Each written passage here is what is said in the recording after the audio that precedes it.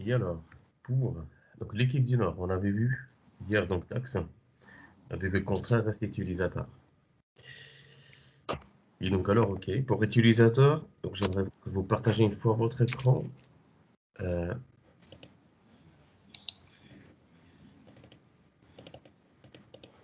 donc c'est Deadpool, c'est ça, Deadpool non, oui. Donc Sylvain et Oui. Tu veux que je partage l'écran? oui, si tu veux bien. Mais tu as tout consolidé en fait dans ta branche Mastermind Nord. Oui, Pierre. Il y a tout ce qu'on a fait dans Mastermind Nord. Ok.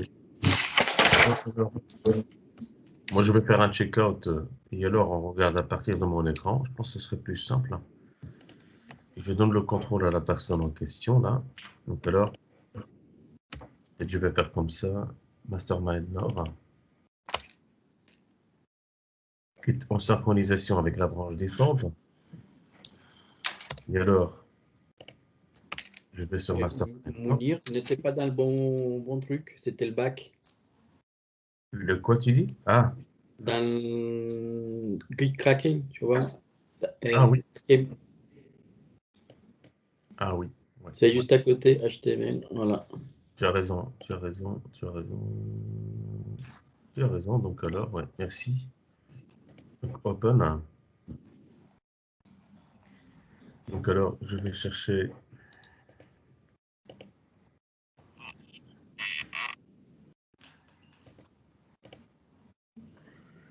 Je vais chercher votre branche. Je crois que j'ai fait un pull request hier et entre deux j'avais changé parce que j'avais pas vu que c'était dans le tableau, il y avait le TH-head et le T-body qui allaient pas. D'accord. D'accord.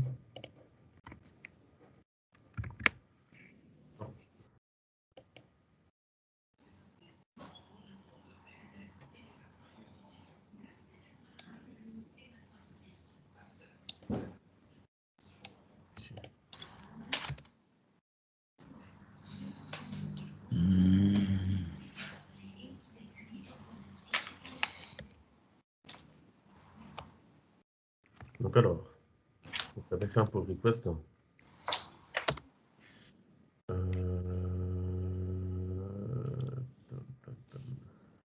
Alors ça c'est l'Est, donc ça c'est le Nord. Ici je vais voir dans le Nord, je vais faire un pull request. Un pull. Et le dernier commit que tu avais fait, c'était lequel? C'était un update. Faut que je le cherche. Oui, peut-être Updated Nord, c'est ça? Update TH-head, T-body, j'ai marqué. Mais j'ai pas envoyé, j'ai commité, c'est tout. Voilà, c'est ça, c'est pour ça que je ne le vois pas. Bah, envoie-le alors. Et ça va dans ton pull request.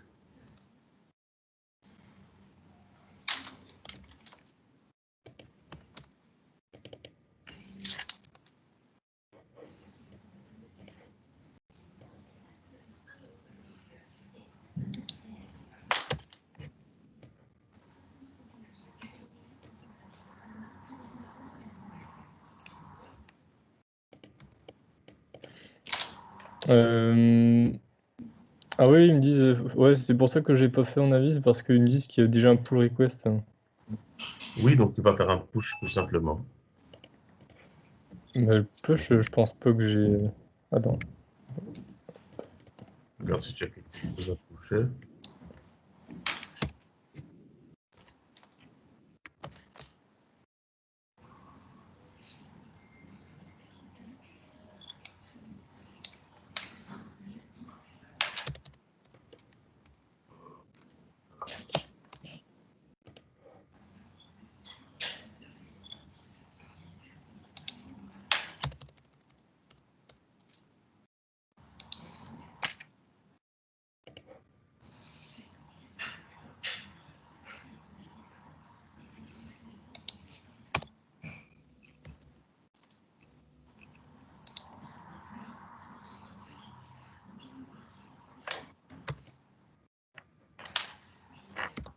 Oui, donc alors je récupère ton en bouche.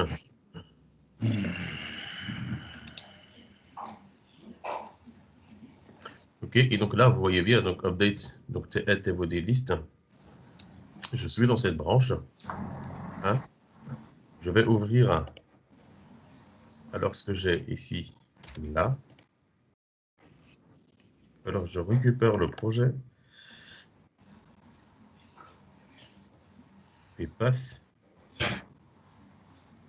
Ce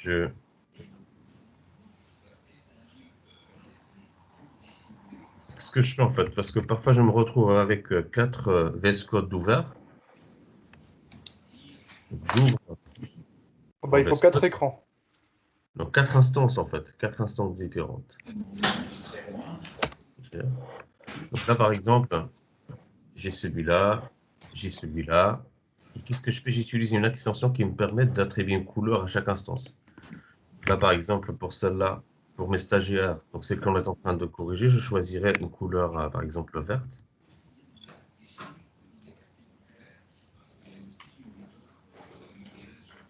Là. Comme ça, je peux la différencier des autres, ça va?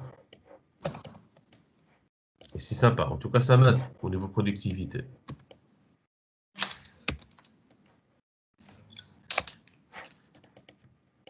Ok, donc alors, ça, je vais le faire grâce à une extension. Hein, donc, je peux partager avec vous le nom tout à l'heure, mais ce n'est pas prioritaire pour l'instant. Maintenant, c'est comprendre un peu ce que vous avez codé. Débriefons là-dessus. Oui, je vous passe la main à l'équipe donc Nord, Mastermind Nord. Oui, Pierre.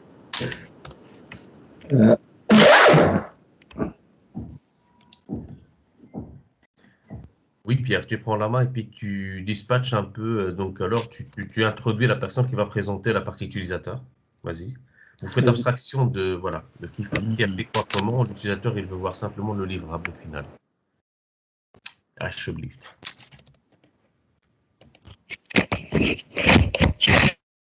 Ça vaut mieux que cette personne prenne la main tous, enfin, au lieu que ce soit moi. Ah, autorisé, c'est ça? Bah oui, oui, donc vous demandez le contrôle. Oui, oui, soit la personne qui a. Ouais. C'est qui a travaillé sur l'utilisateur? L'utilisateur, c'est moi, Mounir. Avec Pierre. Ouais, sauf que moi j'ai présenté ce qu'a fait Urbain. Ouais, bah, je vais faire créer un C'est pas la fin du monde. Hein. Donc maintenant, tu laisses en fait donc, la personne qui a travaillé sur l'utilisateur présenter son travail. Hein. Envoie-moi à Sylvain, Mounir. Tu veux bien. Ok, vas-y, allez-y. Toi, je prends pas le contrôle, c'est ça? C'est toi qui le fais? Bah, vaut mieux que tu prennes le contrôle, ça sera plus simple. Hein. Oui, tu prends le contrôle directement. Hein. On ne va Ouais. pas se prendre le contrôle l'un à l'autre et puis on se retrouve avec. Vas-y, Sylvain prend le contrôle. Ok, Sylvain. Alors. À toi de jouer. Let's go. Je sais pas. On voit pas l'écran. Ah oui, oui. On voit pas l'écran de Sylvain. Ouais. C'est moi qui dois partager l'écran. Hein. Voilà, je partage l'écran. Voilà. Donc alors, tu m'envoies une demande de contrôle, comme ça je peux regarder. Voilà. Voilà. Alors là, c'est le VS Code et tu mets.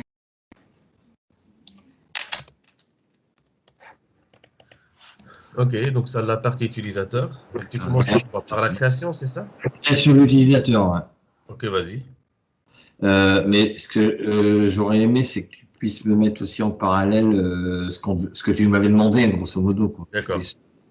D'accord, juste une seconde. Je peux avoir la main, une seconde. Hop. Ok.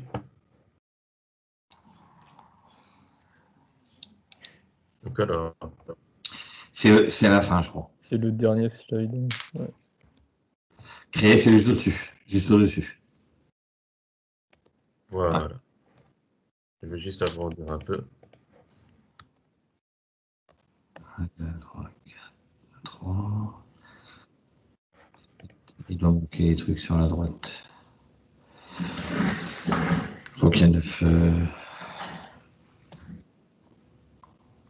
Juste une seconde, si tu permets. Donc, je vais. Permets juste une seconde. Tac. Donc alors, on avait dit. On est donc 9 24.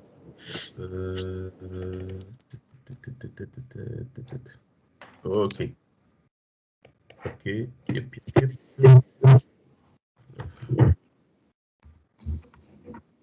Une seconde.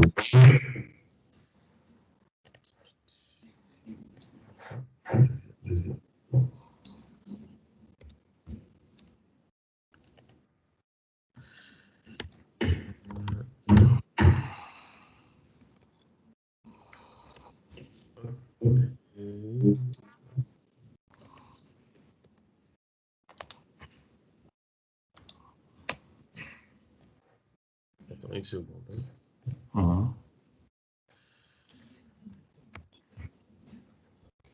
Voilà.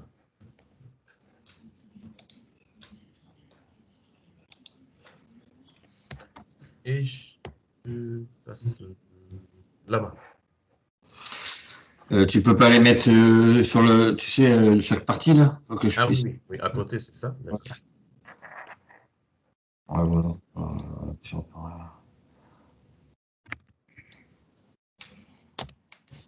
ouais, bon là c'est rien à peu près. Je pense que tout on connaît le formulaire.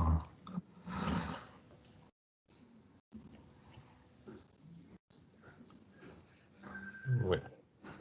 Si je fais comme ça. Donc alors si je viens ici, donc ça c'est le menu. Et donc alors ça commence à partir de là, la création. Et donc c'est ça ton formulaire avec les éléments chaque fois. Tac, tac, tac, tac. C'est ça ton formulaire. Et je te passe la main. Donc, lors de votre rencontre avec Pierre, vous avez demandé un formulaire vous permettant de créer un utilisateur, d'enregistrer un nouvel utilisateur. Vous avez demandé à ce que vous puissiez renseigner 9 critères d'utilisateur, le nom, le prénom, l'adresse, bon, le login, etc. J'ai plus en tête.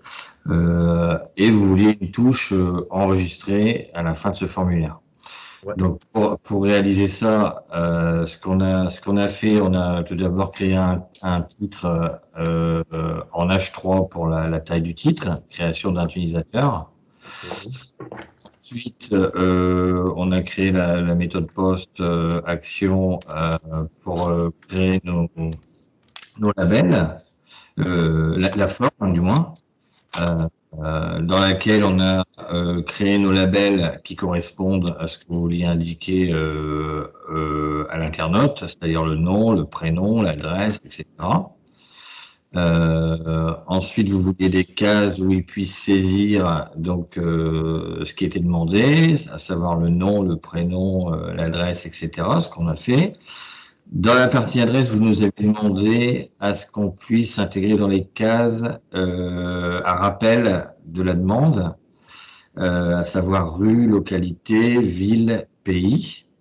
Donc pour ça, on a créé un placeholder qui permet de visualiser directement à l'écran. Et ensuite, il fait... Et surtout pour pouvoir gagner de la place, en fait. Donc ici, ouais. Directement dans le champ de saisie, on affiche donc alors cette information. Ça nous permet d'avoir oui, tu peux lancer peut-être un aperçu.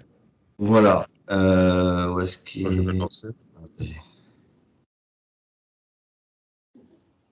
Oui, ça permettait de ne pas rappeler. Voilà. Là, ouais. Voilà. Et ensuite, vous vouliez un bouton enregistrer pour enregistrer les données. Et là, on l'a créé à la fin. Donc, on a fait un type submit avec une valeur enregistrée. Il y a une autre façon d'écrire ce bouton avec la version HTML5. Quelqu'un peut nous dire cette deuxième version-là? Oui, c'est la valise bouton. Ouais. Et alors, à la place de l'input, on peut avoir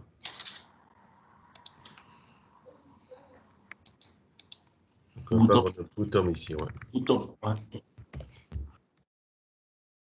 On peut garder le type. Là, il va falloir mettre enregistrer ici.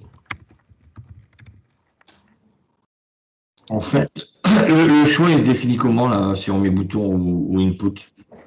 Donc, c'est juste une question d'évolution de code. Il n'y D'accord. a pas vraiment un choix.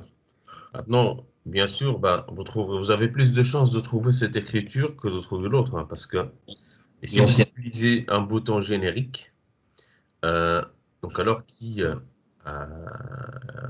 que vous pouvez programmer côté JavaScript, vous lui donnez un identifiant et vous pouvez le manipuler à partir du code JavaScript. Enfin, vous pouvez faire la même chose avec l'autre, mais c'est un peu plus élégant comme ça, quoi.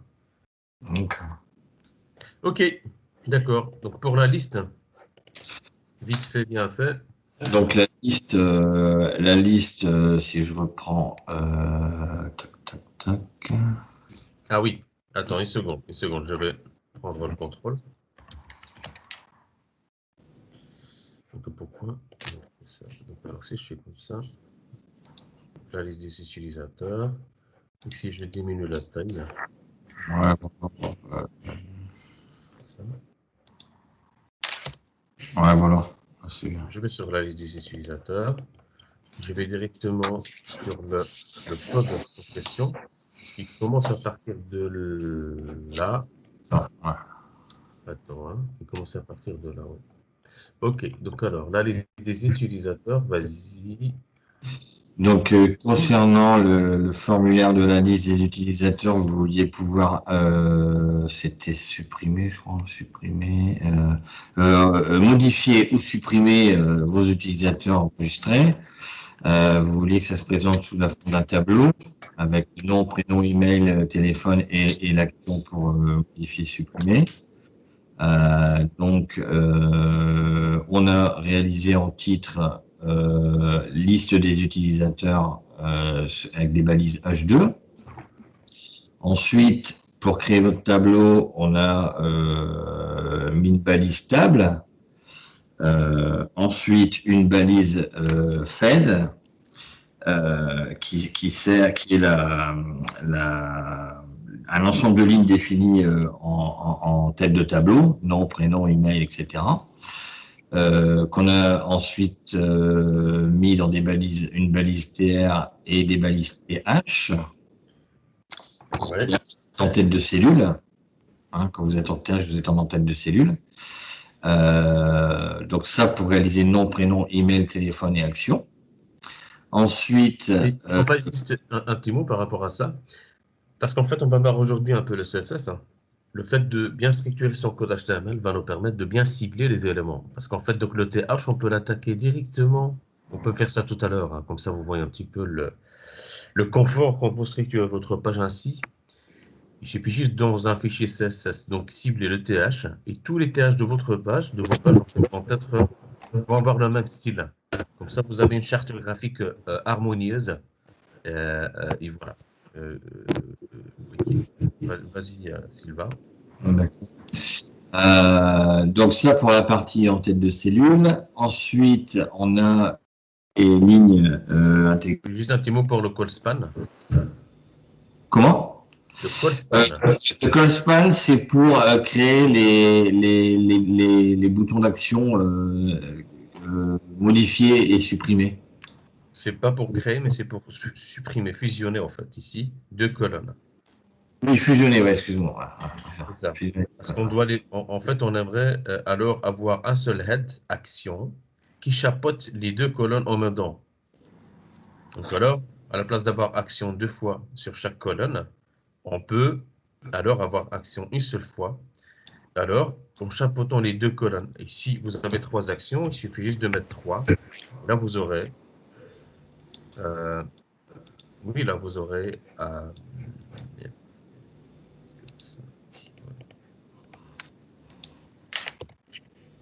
donc, vous aurez... donc, alors, 3 colonnes qui chapeautent, en fait, donc, voilà, un head qui chapeaute les 3 colonnes. Et quand vous faites ça, donc, action...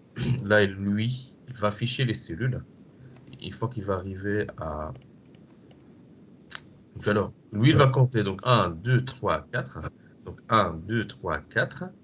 Et les 3 autres cellules, il va les chapeauter en même temps. Donc, si vous dupliquez, par exemple, cette ligne de code, Voilà, j'ai une action par exemple d'ajout, non pas d'ajout, mais de consultation.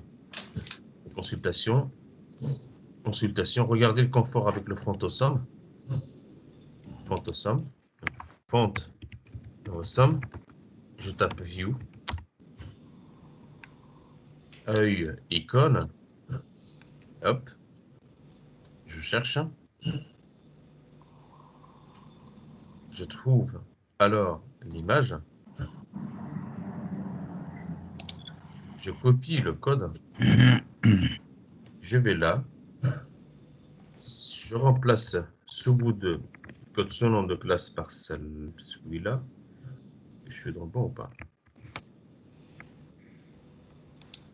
Je fais comme ça. Ça. Oui. Je fais comme ça, je regarde. Oui, ouais. Alors, je dois remplacer carrément la classe ici.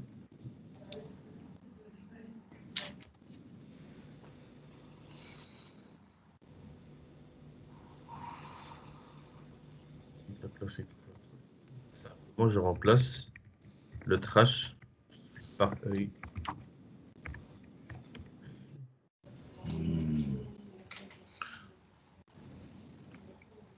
Je sauvegarde.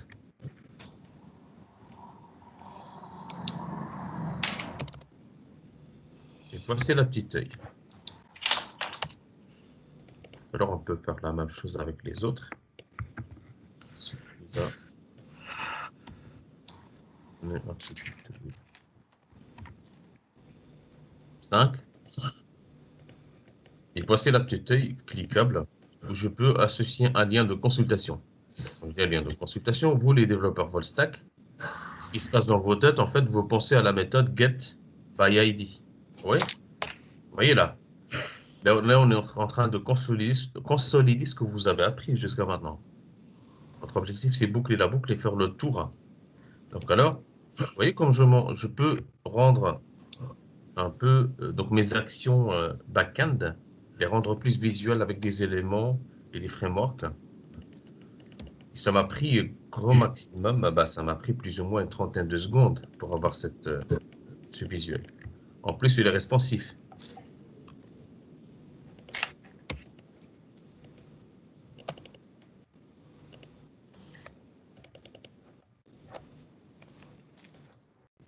Il est responsif.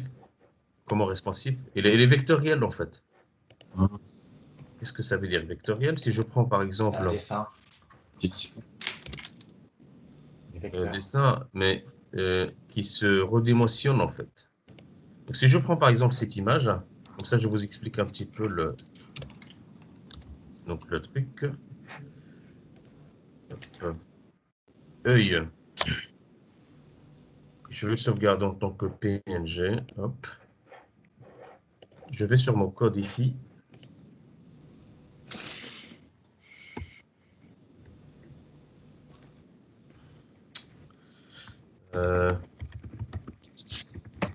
Donc alors, je vais aller chercher l'image.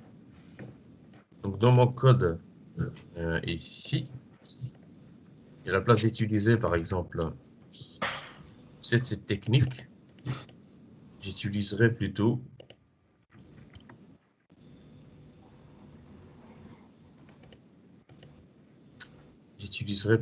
un IMG.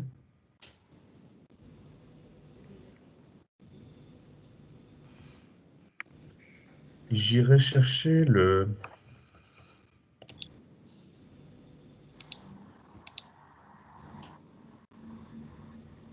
l'image que j'ai.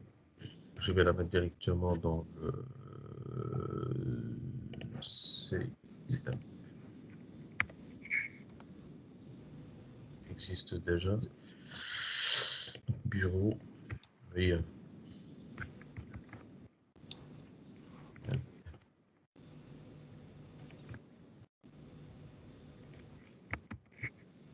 Je vais chercher là.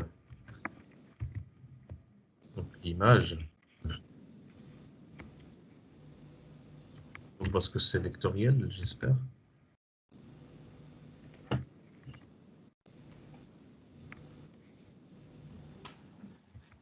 Je sauvegarde.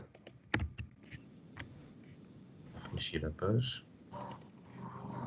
Donc alors, il ne l'affiche pas, je vais aller consulter mon site de dégage.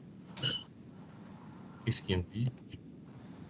Dans la console, là, allow to load local resource. Donc alors du coup, je vais créer ici, j'ai normalement un dossier assets. Je ne l'ai pas, je crée un dossier assets.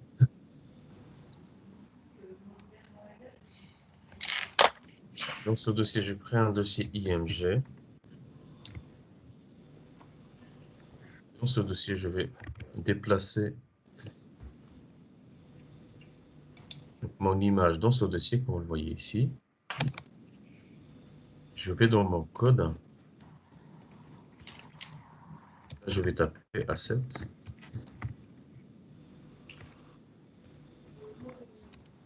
Donc moi, pour attaquer ce dossier, qu'est-ce que je dois faire? Je dois remonter d'un cran, quoi.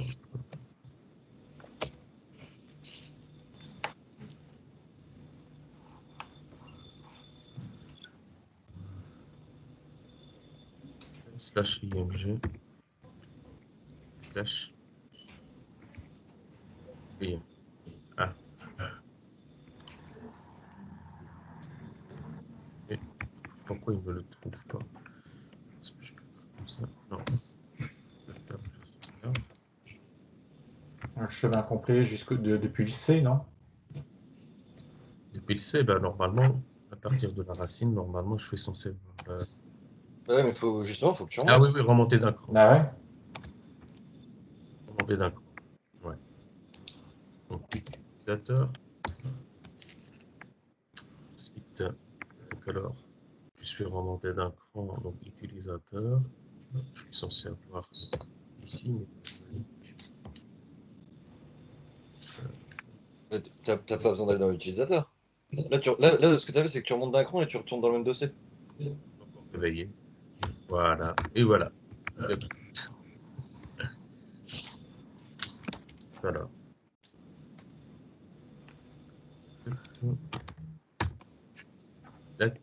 Je rafraîchis la page, ça me donne ça. Alors je peux redémotionner un exit image. Donc alors je peux récupérer la hauteur et la largeur que j'ai ici. Pour ça, je vais installer une petite extension. Donc alors Chrome. Parce que là, tu as récupéré l'image telle qu'elle dans ton dossier. Ouais.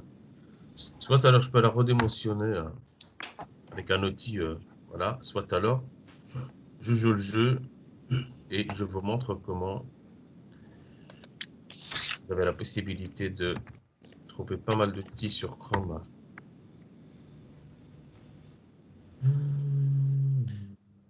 Mais cet œil, de ce fait-là, il sera plus lourd.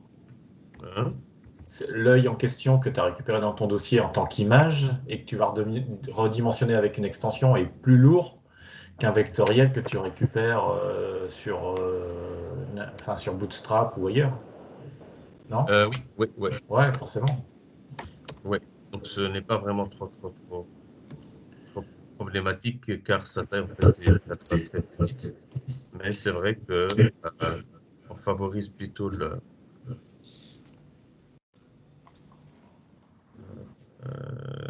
les fontes. Celui-là, c'est 30 000. Ok, bon, on va essayer celui-là, Mesurite, que j'ai jamais utilisé auparavant. Et ça a été téléchargé 30 000 fois, donc alors, ça m'a l'air prometteur. Donc alors, si je vais là, donc j'épingle cet outil. Comme ça, il reste visible. Et regardez comment je vais faire. Je vais simplement faire comme ça. Ça va me donner plus ou moins la hauteur et la largeur. 23 sur 33. 23 sur 33. C'est ce que je demandais hier quand on parlait de Photoshop, etc., les dimensions.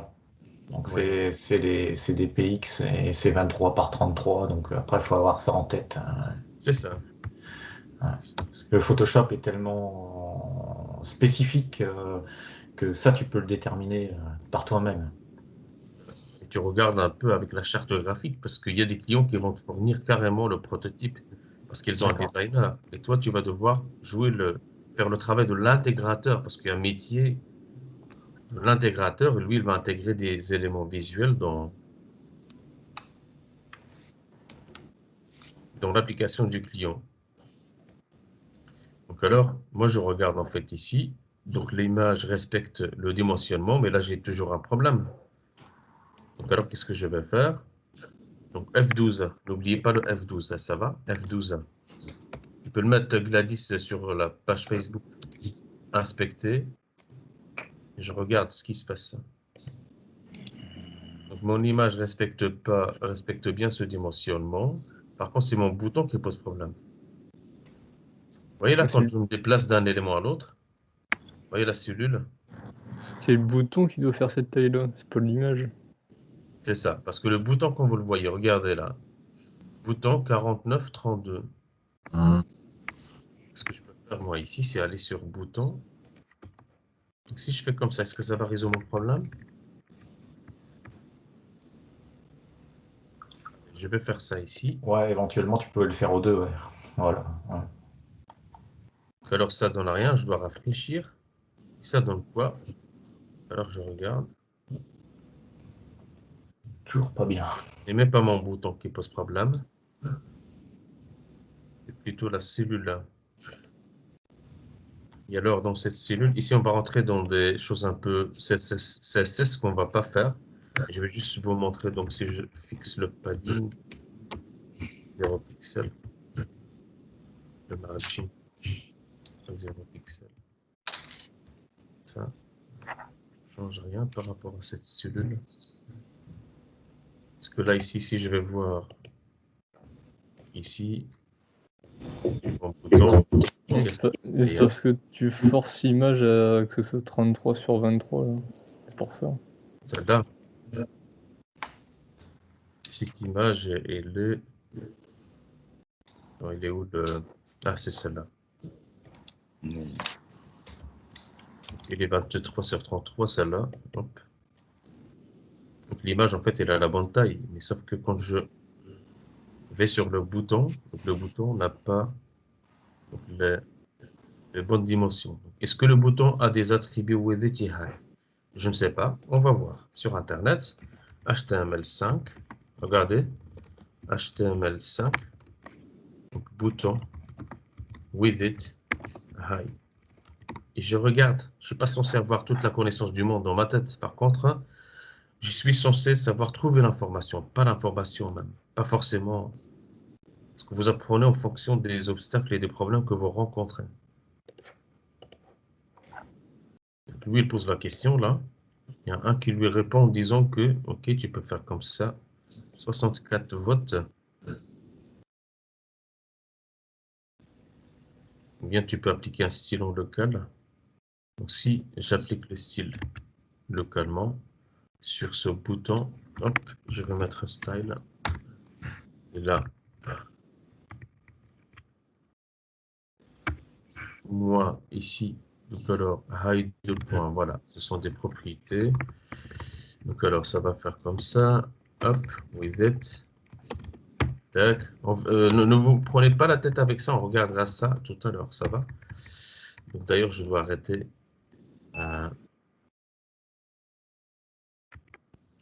C'est pas plus simple directement de mettre une classe. Ouais, non. Ouais, c'est vrai, j'ai oublié. C'est après qu'on va voir ça. Ah, oui. J'arrête avec ça parce que sinon je vais ouvrir le débat sur un truc qu'on va voir de toute façon tout à l'heure. Voilà, donc le style apparemment ça marche. Bon, en fait, ce que je voulais en fait à la base, moi. On peut pas juste leur recopier le code du bouton d'avant, de l'autre bouton par exemple poubelle, puis remplacer l'icône par l'autre l'icône pour regarder, puis c'est tout. Vu que juste avant ça a la bonne taille, bah alors si on repompe le code du bouton d'à côté, ça fera la même taille. Oui, parce qu'en fait, donc ici, voilà. Donc l'idée c'est quoi? C'est simplement vous montrer que à un moment donné, si vous utilisez des PNG, ils vont être dépixelisés. Or, Donc la fonte ressemble jamais. Pourquoi? Parce qu'elle est vectorielle, en fait. Elle garde la même qualité. Donc c'était un petit peu l'idée. Donc moi, Ouais, et puis en plus, c'est pratique, c'est que comme ça s'adapte, on n'a pas des pages trop Bon. lourdes si on a plein d'icônes. Pour bien C'est faire ça. voir, Mounir, si tu reviens sur le site, quand tu cliques sur l'œil rose, là, Oui. tu vois bien ce que c'est qu'un vectoriel, en fait. Quand tu cliques sur l'œil rose à gauche, là, voilà, c'est ça des vectoriels. Ouais. Les vecteurs en question, c'est tous les points avec les courbes, ce qu'on appelle les courbes de Bézier. C'est ça, ouais. Ouais. Et donc alors, elles s'adaptent, en fait. Elles grandissent sans perdre de qualité. Donc alors, C'est un dessin, c'est vraiment un dessin. Ça a été transformé en. C'est comme une courbe, genre un f de x ou quelque chose comme ça, il n'y a pas de pixels, tu peux zoomer à l'infini, quoi. Ah ouais. C'est ça. Voilà, c'est ça. Ouais. D'ailleurs, la plupart enfin, les gros sites, ils utilisent ça, hein. Je veux dire, par exemple, sur Amazon, quand on zoome sur l'icône ou n'importe quoi, normalement, ça le fait aussi. Euh, Les marques, d'ailleurs, les marques, ils aiment bien mettre leur logo, enfin, normalement, une bonne marque, elle met son logo en vectoriel. mhm. C'est ça. C'est un autre métier aussi. Ouais, c'est ça. C'est un autre métier, ouais. Créer des logos comme ça en Ouais, vecteur. là, on est plus près du web designer, là. C'est de Web design. l'infographie, c'est de l'infographie en elle-même. Ouais. C'est ça, ouais. Ok. Sylvain, est-ce que... Oui, on est en train de voir un peu l'œil, oui. Ensuite, Attends, alors, je sais plus où j'ai arrêté. On était oui, pas ben voilà, donc les terres avec des TD. T'es arrivé au bouton. Ok. Donc ici, on a rempli les lignes des noms. Alors attends, tu pourrais me remettre l'exercice à côté? Ouais.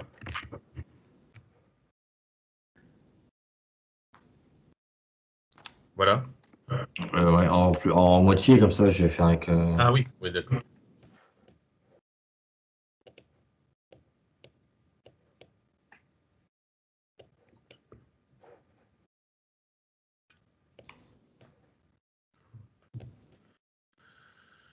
C'est parce que si je fais comme ça et que je fais comme ça.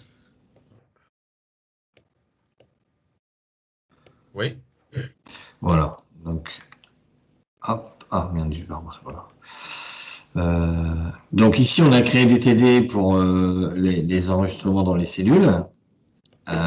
Donc, par exemple, Jacob pour le prénom, Thornton pour le nom, thornton@gmail.com pour l'email, téléphone, etc. Ensuite, là, on a créé nos boutons. Donc, il y a le bouton, la forme du bouton et le contenu du bouton. Ouais. Donc le contenu, on voulait sur le premier bouton un logo modifié qu'on a récupéré dans Phantomsum Ouais. et qu'on a copié-collé en fait ici dans la formule bouton. Et on a refait la même chose pour les autres lignes. Et donc alors c'est un peu la même chose pour les autres lignes. Donc alors la dernière ligne. Et pour la navigation, bah, comme tout le monde, hein, donc ici, c'est une liste UL avec un ELI, en attendant d'implémenter un plugin Angular nous permettant de faire ça d'une manière un peu plus jolie, quoi. Ok.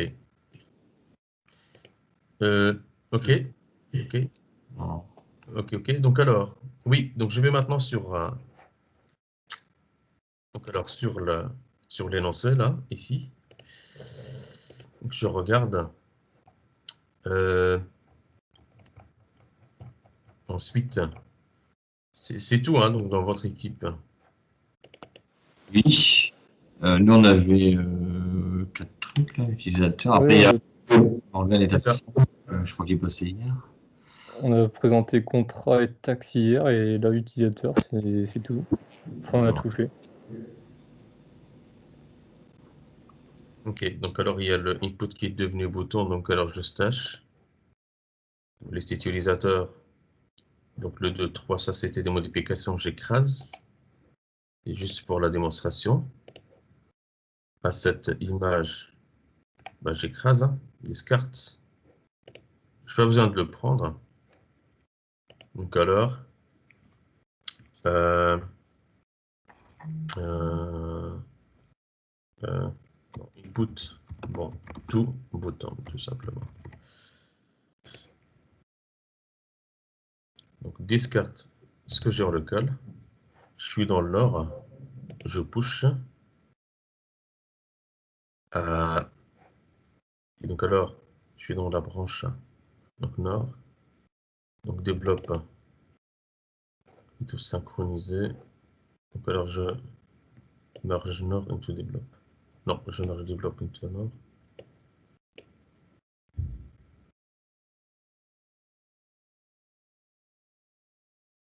Oui, parce que le nord contient déjà les modifications des développes. Maintenant, je fais l'inverse.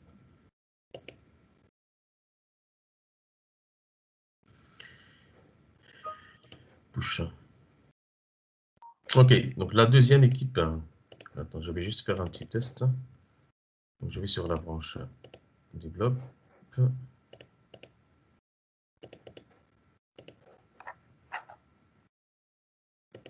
C'est pourquoi j'ai perdu. Je suis dans quel workspace stagiaire. Donc alors pourquoi j'ai perdu ma couleur verte. Hop.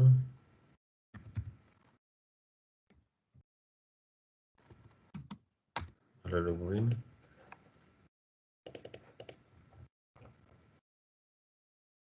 Vous voyez la branche, en fait, le nom de la branche, vous l'avez en bas, ici.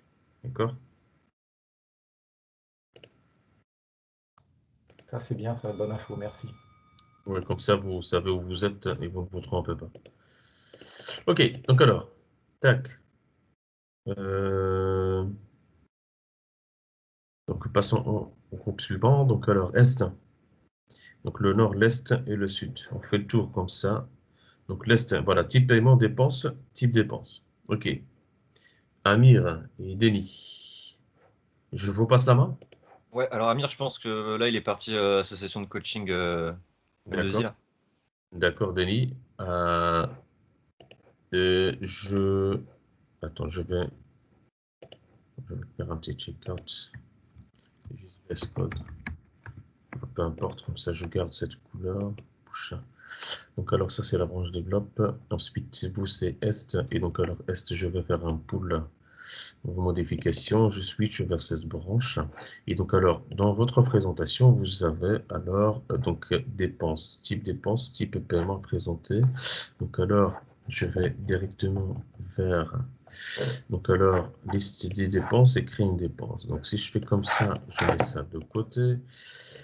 Tac. Vous voyez, il y a un problème de responsivité ici. Normalement, il doit cacher le truc. Là, il faut vraiment aller jusque là pour le cacher. Bon, ce n'est pas grave. Voilà. Je vais sur le... Pourquoi il perd là? Oui, bah, c'est normal parce que...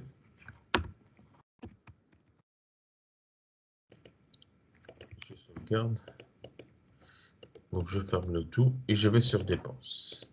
Tac, tac. Il y a la liste dépenses, la création d'une dépense. Et je te passe la main.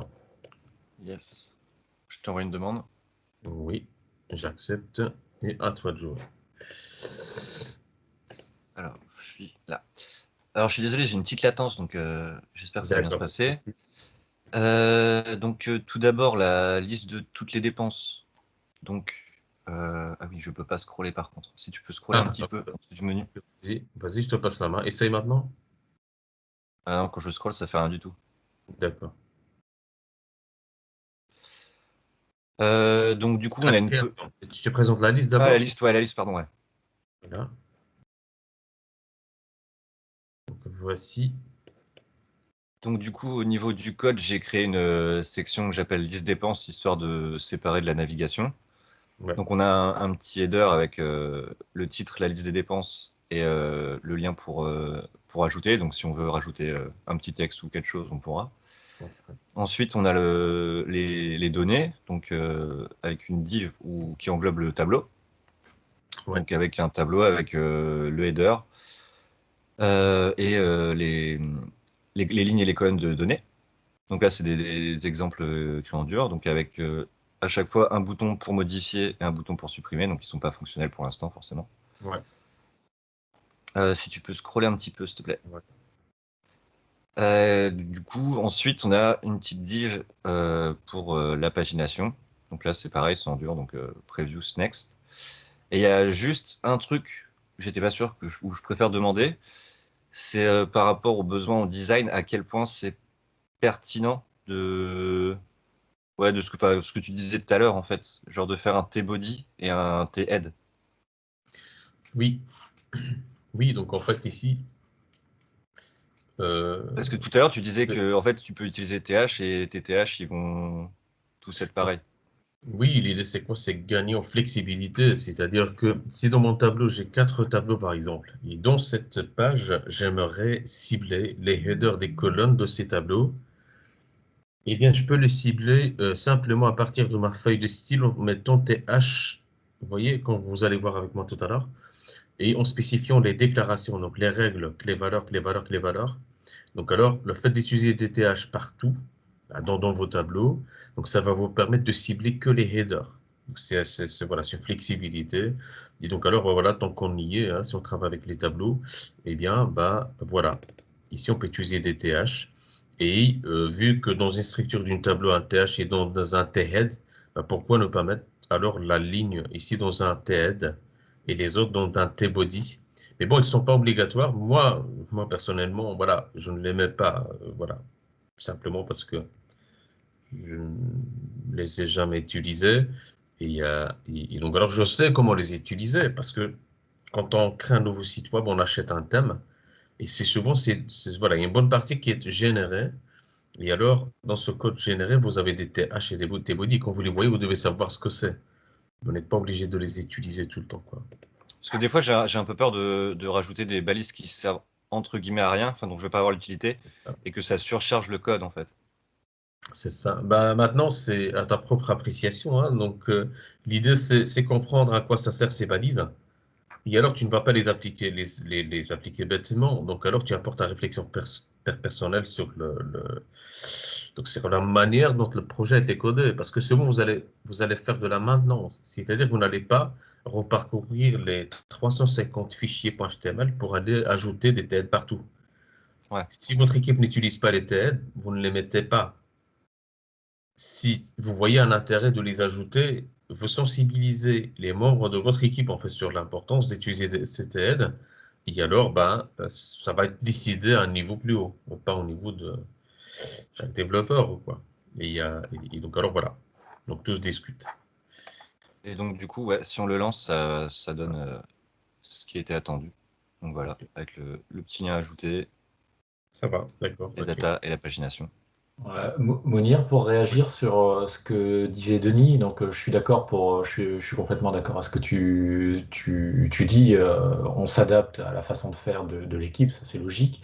Par contre, quand on construit un site de nous-mêmes, pour réagir un petit peu dans ce sens-là, on construit tout nous-mêmes.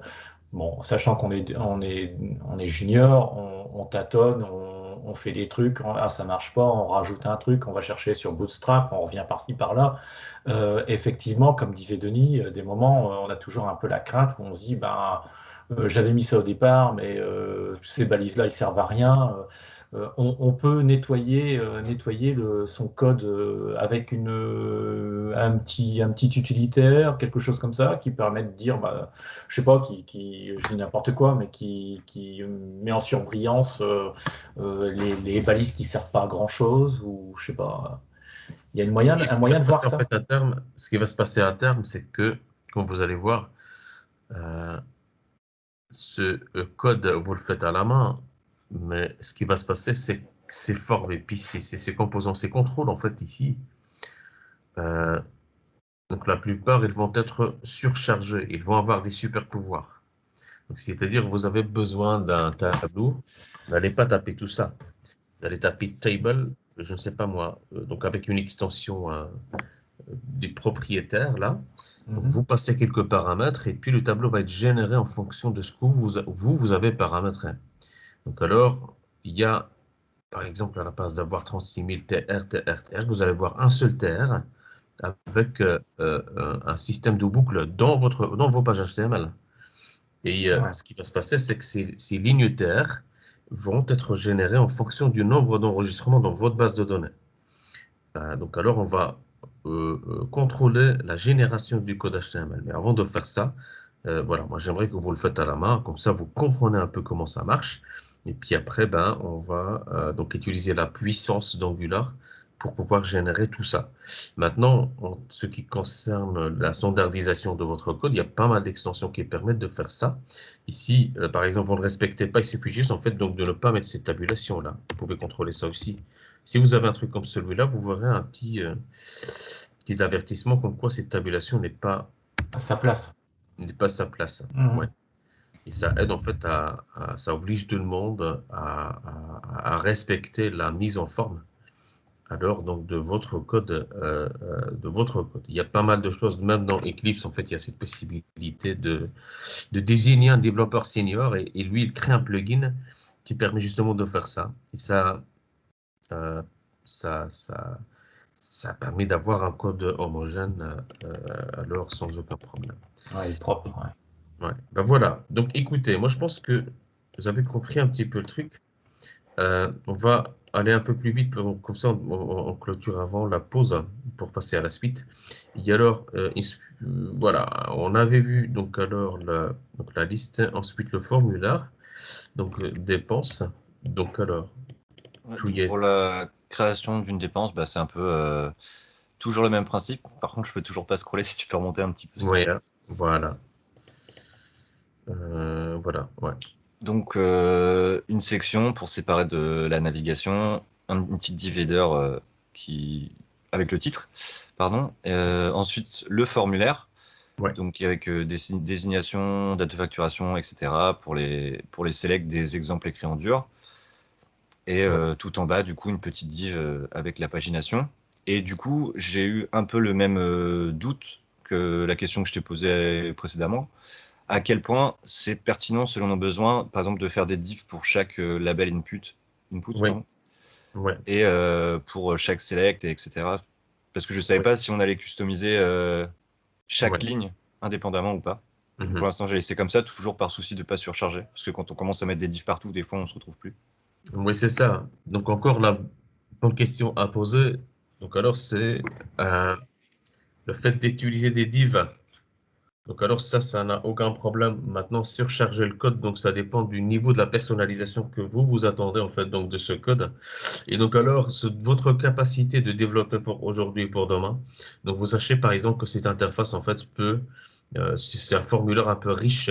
On doit par exemple jouer avec les couleurs de chaque ligne ou un truc comme ça. Là, oui, vous pouvez faire ça. Donc moi, j'utilise d'office en fait donc des divs. Donc alors pour chaque contrôle, donc pourquoi? Parce que la tendance va vers ça. Et donc alors si vous allez voir dans Angular, parce que là dans Angular en fait vous avez des thèmes qui sont prêts à l'emploi. D'ailleurs, nous on va utiliser un de ces thèmes et ces thèmes ils ont été codés de la sorte. Donc c'est codé en fait à avoir donc un div pour chaque donc alors pour chaque contrôle et vous allez voir que tout le monde fait ça.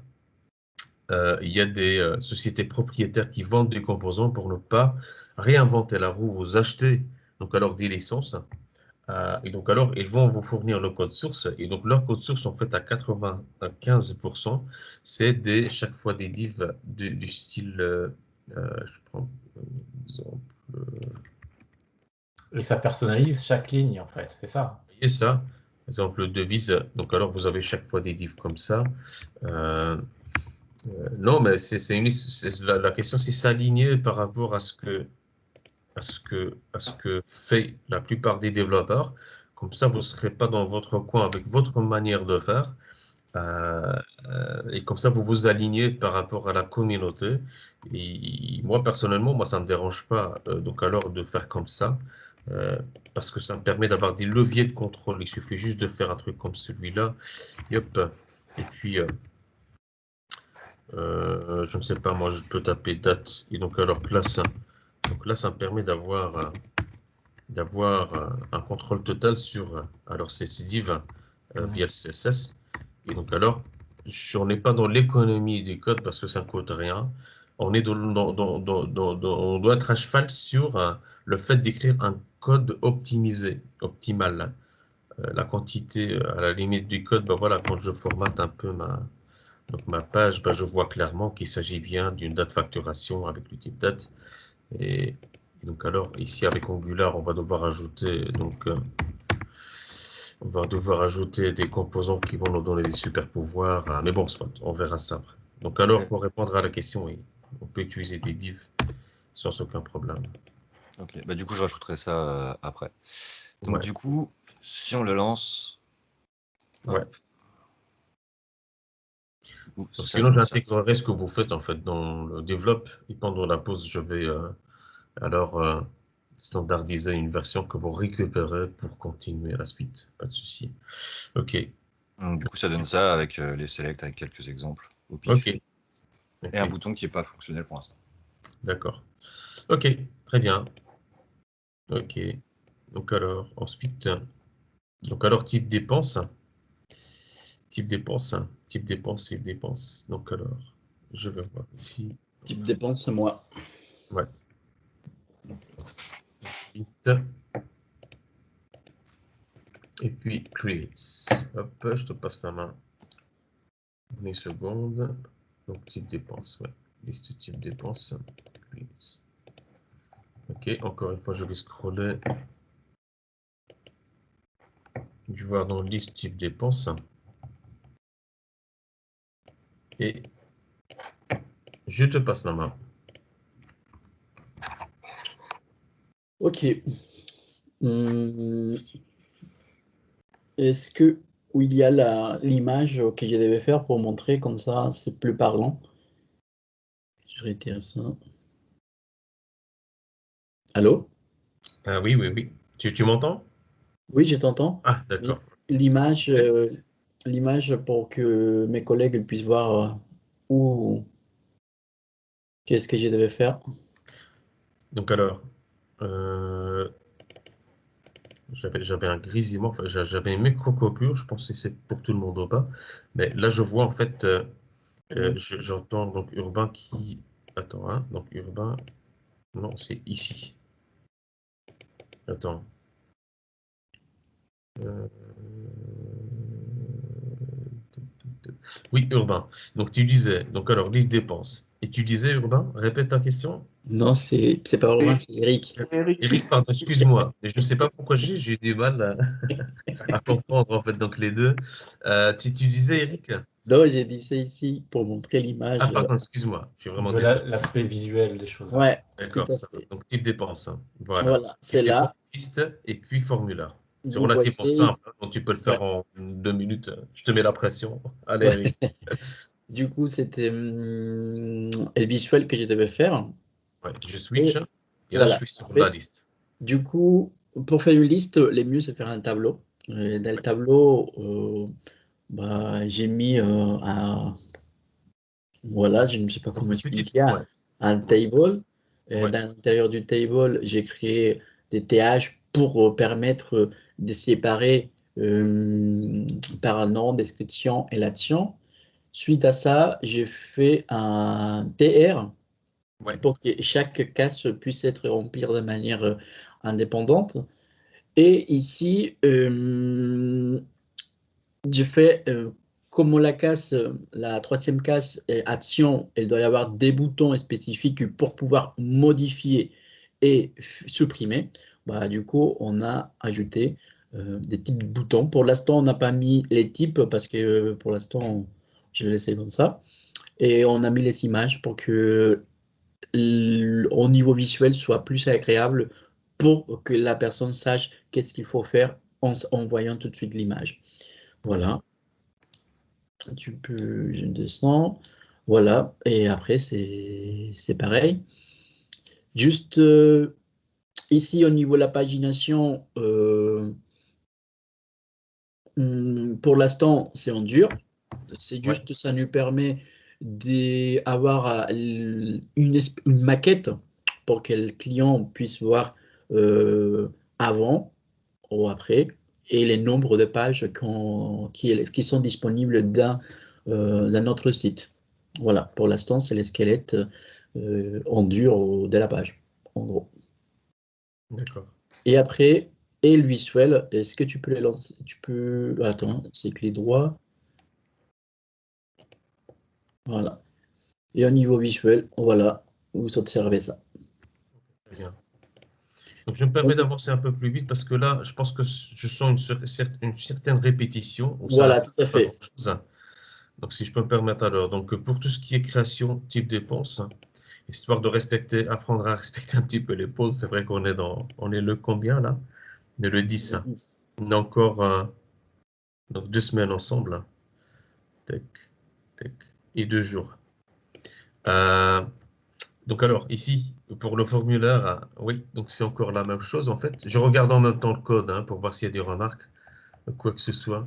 Donc alors, je vois que vous avez mis donc, votre formulaire, vous l'avez mis dans une section, hein, donc ça c'est pour le titre. Donc le titre, ensuite le formulaire, et à chaque fois vous avez mis un label input, label text area.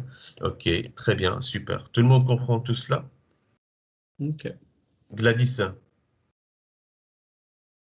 Théo. Elle doit pas être là, Gladys, je conviens, non? Ah, je crois qu'elle est pas là. Ouais. Pour moi, ça Alors, va. voilà, si à un moment donné, voilà, ça va. Donc, parce que je ne retiens vraiment pas le truc, vous me le dites simplement, et comme ça, Ok. ouais. Bah, bon, bah, part, c'est fini. Et Théo, ça va? T'es là, Théo? Oui, oui, ça va. Ça va, Théo? Tu vois un petit peu le. Oui, oui. Ça va avec l'HTML, c'est bon? Ou, Ah, bah, non, j'ai pas de problème avec l'HTML, donc... ok, ça va, super. Donc, le reste, donc c'est bon pour les autres. Ok, ok. Donc, alors, continuons, continuons. Donc, alors, ici, type paiement. C'est qui a pris en charge type paiement? C'est moi, c'est Eric. Oui. Ah bah oui, c'est ce que tu viens de présenter. Voilà. Type dépense alors. C'était type. Non, moi, c'est type de paiement. Type de dépense, c'était Denis, je pense. Denis. Type dépense, c'était Denis. Et Denis, il a Moi, j'ai présenté fait dépense, moi. C'est ça. Et type dépense, c'était qui? C'est Amir, mais je sais pas s'il est revenu. D'accord. Bah écoutez, on va regarder ça Ah, vite tiens. fait. Hein, ce n'est pas. Attends, qu'est-ce qu'on a modifié ici? Ouais, ouais. Donc là, vous voyez un peu Git en fait. Donc alors j'avais fait des modifications pour tester. Vous avez testé. Vous avez modifié en fait votre code pour faire des tests. Vous ne devez plus avoir cette crainte de. Vous voyez ce que je veux dire? Vous pouvez casser. Vous êtes libre en fait d'être créatif. C'est ça en fait. Donc cette assurance mentale de se dire, ok, moi je me challenge, je casse, je teste.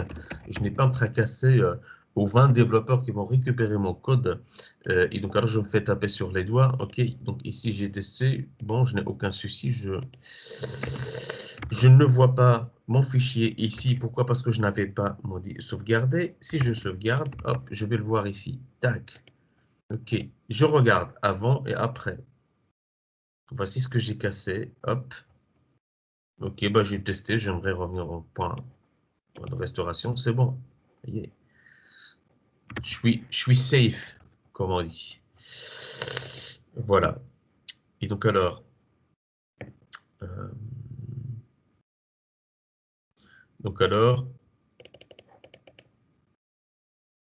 bah, rien à signaler. Hein. Donc alors, comme Eric l'avait fait, donc alors type paiement, type dépense, et puis alors créer dépense. Ouais.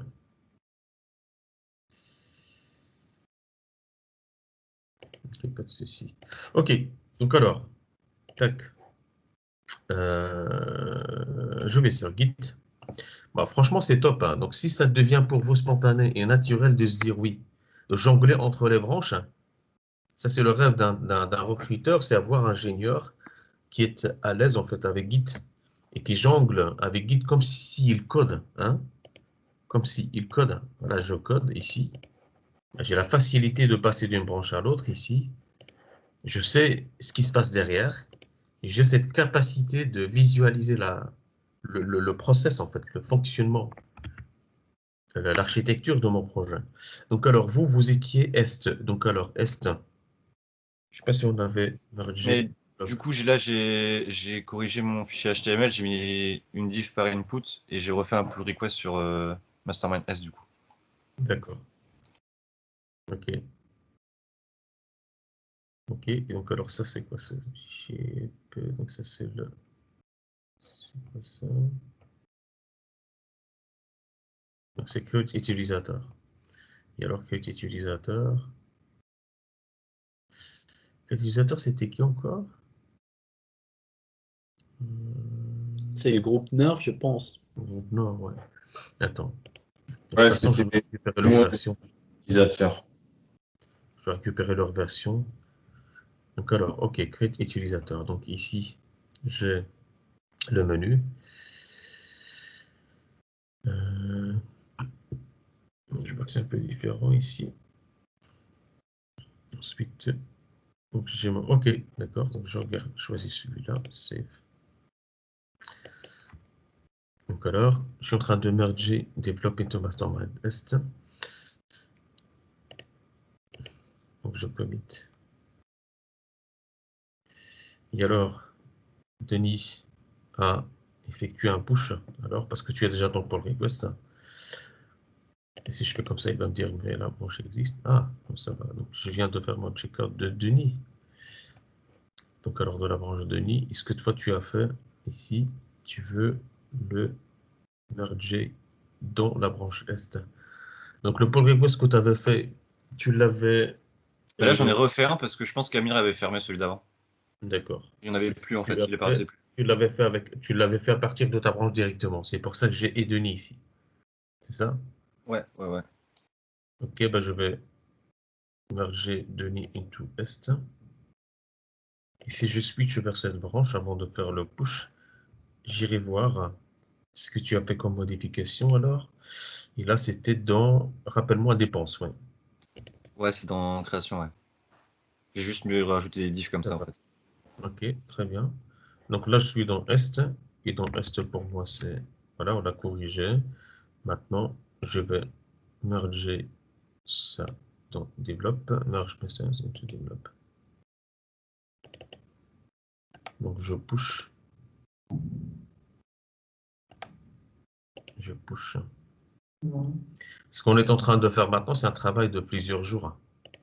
Moi, pour vous mettre dans un contexte 360 degrés, j'essaye de travailler en arrière-plan, en parallèle. Parce que corriger en fait le travail de 12 développeurs, vérifier, machin, ça prend mais un temps énorme, une énergie énorme. Donc c'est un travail de plusieurs semaines, plusieurs jours, donc voire plusieurs semaines. Donc j'ai préparé un petit peu le coup pour essayer de vous garder dans un rythme qui va nous permettre à la fin de la formation d'avoir voilà, d'avoir une application fonctionnelle. Euh, donc alors, voilà, donc je suis dans Develop et donc alors je clôture avec Est. Maintenant, on va voir Sud et notre objectif c'est avant la pause, on doit être clean avant la pause. Pourquoi? Parce que simplement c'est la même chose qui revient. Je ne sais pas si vous l'avez compris. Hein, donc alors on va pas trop s'attarder sur des choses qu'on a déjà vues plusieurs fois. Donc alors Sud, donc article de vise facture. Hop. Article devise facture. Je vais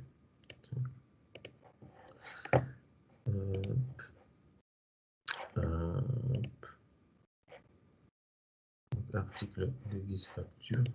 Ok, je switch vers la branche sud. Normalement, donc alors Sébastien, une fois que Develop a changé, donc on peut récupérer donc, la dernière version de la branche Develop dans la branche Mastermind Sud. Je fais un pull. Et avant de push, je check.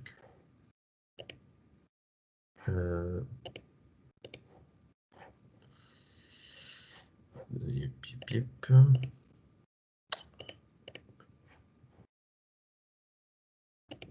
commence par article, peut-être.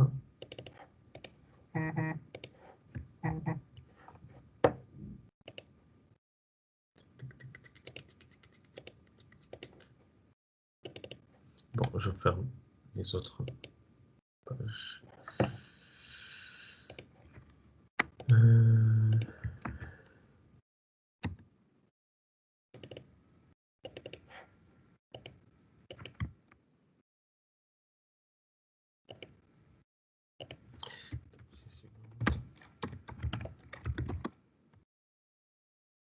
Voilà. Ok, allez-y.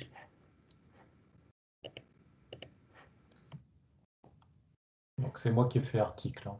Ouais. Et création article aussi d'ailleurs. Voilà, pour la création d'articles, je vais juste jeter un coup d'œil sur la... C'est un peu la même chose. Donc ici, article, ben voilà, voici la liste et voici le formulaire. 3 Voilà. champs. Désignation, prix de vente et taxes. Ok, là tu es dans le formulaire article création et je me positionne directement dans ton header et la suite. Ok. Alors, il faut que je demande le contrôle, c'est ça? Oui, à la limite, je peux piloter le truc pour toi. Ouais, d'accord, ok, comme tu veux. Donc, moi, je suis parti. Bon, j'ai pas conçu un peu comme les autres, c'est-à-dire que j'ai pas fait un H1 pour dire de faire un titre. J'ai fait carrément un header que j'ai mis en gras, en strong, pour ajouter un article. J'ai fait le formulaire en méthode POST. On reprend donc le label désignation. On reprend le label prix de vente dans le label pays. Ah oui, je suis sur. J'étais en train de réfléchir où j'étais en même temps. C'est le deuxième en fait, je l'ai fait en deuxième. Ok. Donc c'est les 4 lignes qui se génèrent. Bon, j'ai fait un petit plus, c'est parce que bon, j'ai vu que Monir, tu avais changé. Placeholder, il n'y a pas lieu d'être. Hein, ah non, non, tu l'as pas enlevé. Placeholder, j'ai fait un petit plus, c'est-à-dire que dans la case en elle-même, on a le signe euro qui apparaît et on a saisir le nom dans désignation, mais ça peut être enlevé. Hein, voilà, c'est à l'intérieur de la case que ça apparaît. Donc, comme je disais, en ligne 67, on a un label du pays. On a ensuite, on devait créer une case, donc une sélection taxes avec plusieurs taxes dedans. Donc là, j'ai mis 5%, 10%, 20% avec un petit ascenseur qui permet de sélectionner en fait ces pourcentages différents. Et le bouton de fin pour enregistrer en fait. Et ce qui donne normalement la chose qui était demandée dans la création de l'article. Alors si tu veux bien lancer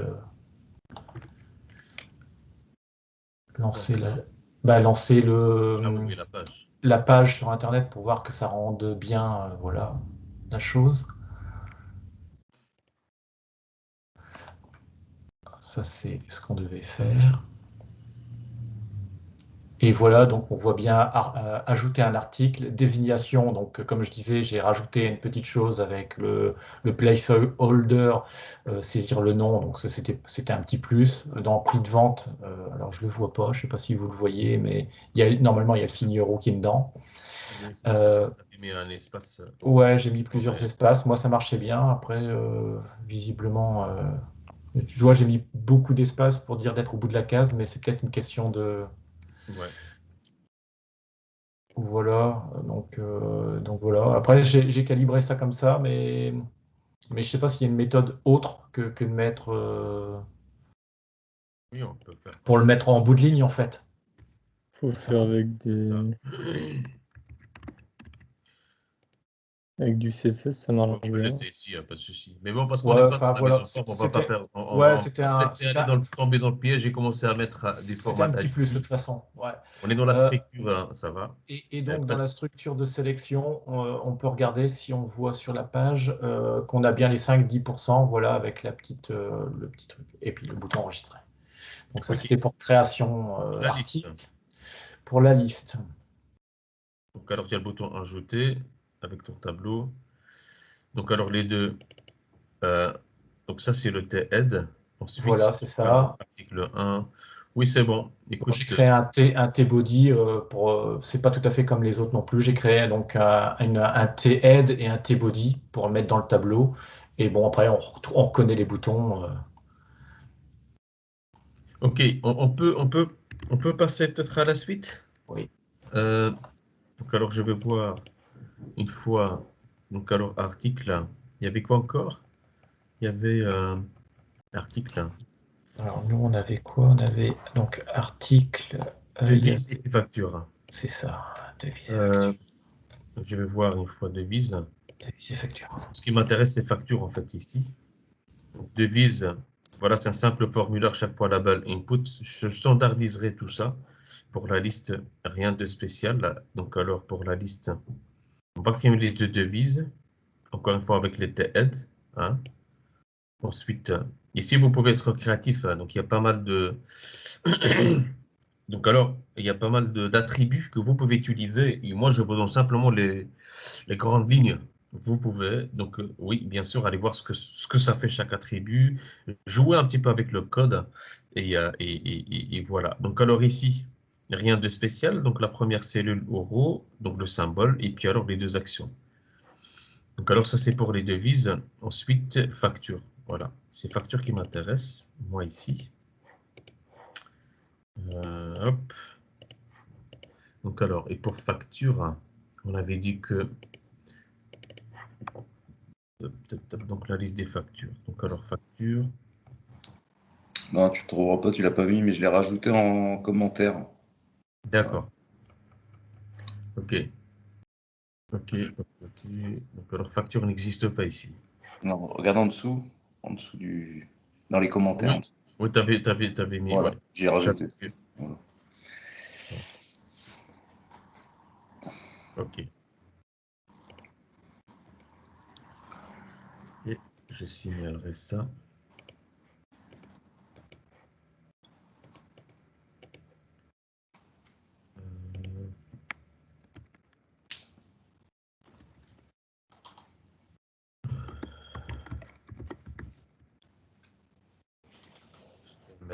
Voilà.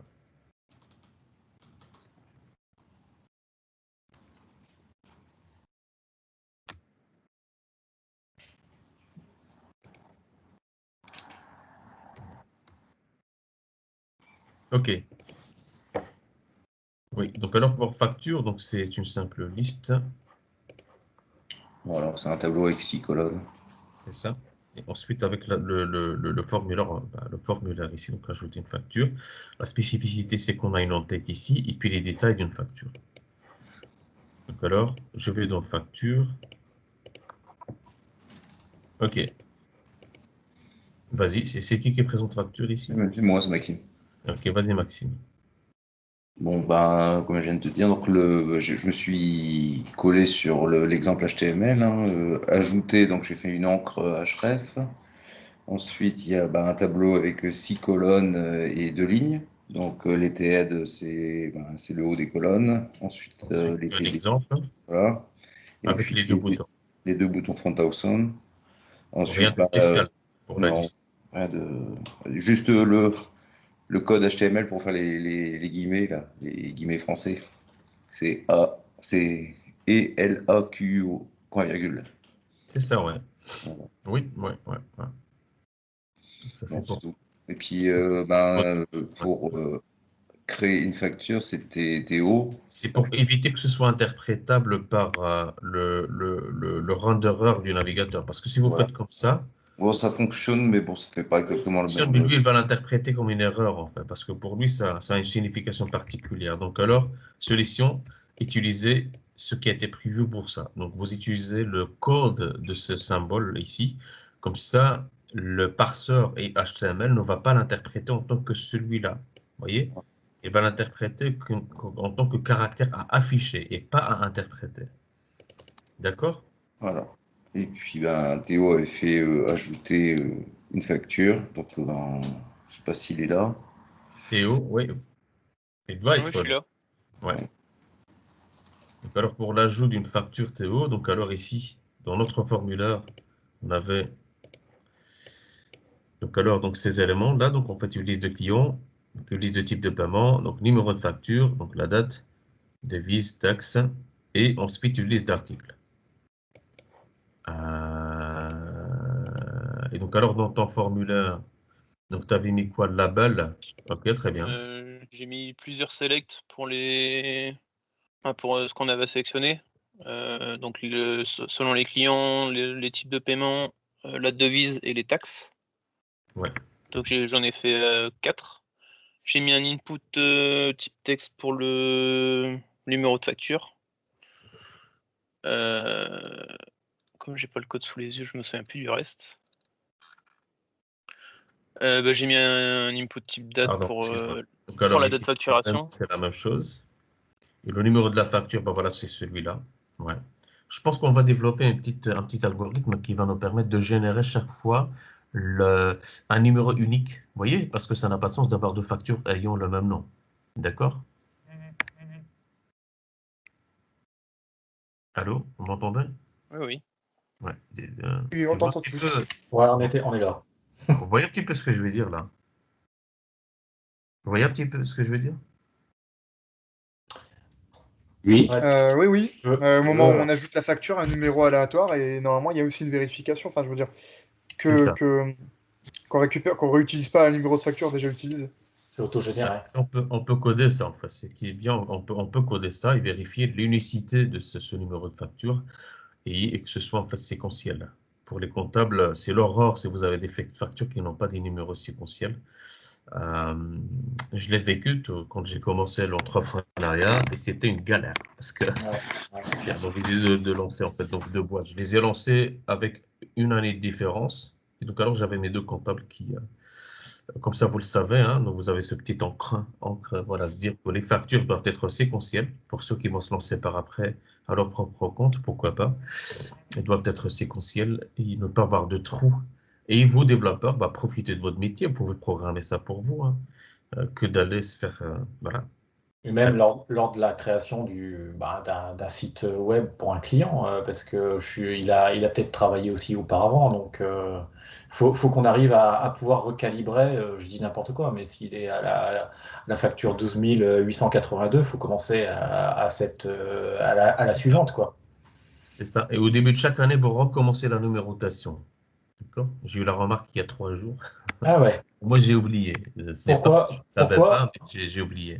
Pourquoi C'est ma gérante remettre qui a oublié, c'est pas moi, parce que c'est elle qui doit régler ça normalement. Et Ok. pourquoi remettre à zéro chaque année? Bah, écoute, Parce que c'est un nouvel exercice fiscal. il dit, mais la prochaine fois, faites attention parce que voilà, ça se fait pas, quoi. Il suffit pas juste dans l'autogénération Ouais, mais de l'idée de commande, voilà, enfin de facture, techniquement, on met un truc faut le qui faire. rappelle la date. Par exemple, il y a l'année, le jour Mais et notre le mois. système, il Enfin, permet de formaliser, en fait. On peut choisir, voilà, l'année, et lui, il va récupérer automatiquement l'année courante. parce que C'est comme dans ça, chaque au moins, CRM, juste c'est en ça. regardant par exemple, le début de la facture, des factures, on peut savoir automatiquement. Dans la version quand c'est. complète, on a tout ça, donc il n'y a pas de souci. La version complète de Tax CRM, on a tout ça. Il n'y a pas de problème. Voilà, donc OK. Intéressant. Ouais. Okay. C'est bon. Donc alors, Théo, pour la liste des après, j'ai articles. fait un tableau. Et dans ce tableau, ben, à chaque ligne, on va donc alors donner la possibilité à l'utilisateur de choisir l'article à la place de le recoder chaque fois. OK. Et donc alors, voilà. OK. Ça va.